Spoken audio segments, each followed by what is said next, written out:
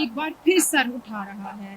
اس کے پیچھے کیا سیاسی محرکات ہوتے ہیں؟ آئیے جانتے ہیں اراکین پارلیمنٹ سے. یہ جب تک مسلم لیگ نون اور جو مسلم لیگ نون میں مریم نواز ہوگی نا، یہ چلتا رہے گا. ایک دم سے سب کی پرائیویسی جو ہے وہ متاثر ہو رہی ہے، اور میرے خیال میں یہ ساری چیزیں نہیں ہونی چاہیے. اور جو لوگ میرے خیال میں لا اینڈ آرڈر کی سچویشن دیکھ رہے ہیں، یہ چیزیں پھر کہیں پہ بھی سیکیورٹی جو ہے ایشوز وہ کریٹ ہونا شروع ہو جائیں گے. تو میرے خیال میں یہ چیزیں اب رکنی چاہیے. یہ ویسے اس پہ ایک آدھ پہ اگر کوئی آپ ذرا سختی سے کوئی لے لے نا اس کا، تو میرے خیال میں اس کے بعد سب کچھ رک جائے گا.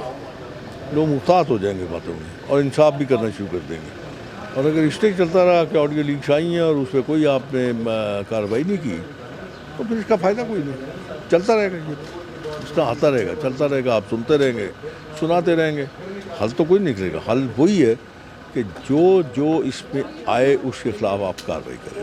حکومت میں ہوتے ہیں تو ہم دوسروں کی ٹیپ کرتے ہیں، اور جب حزب اختلاف کی ہوتے ہیں تو دوسرے ہماری ٹیپ کرتے ہیں. تو یہ ٹیپنگ کا سسٹم غلط ہے. آڈیو لیکس پر ایوان میں بیٹھے قانون سازوں کا یہی کہنا ہے کہ ایک تو کسی کی آڈیو ریکارڈ کرنا اور پھر لیک کر دینا سراسر آئین اور قانون کی خلاف ورزی ہے. کیمرہ مین امین راجپوت کے ساتھ رخسانہ خان، ایون ٹی وی، اسلام آباد.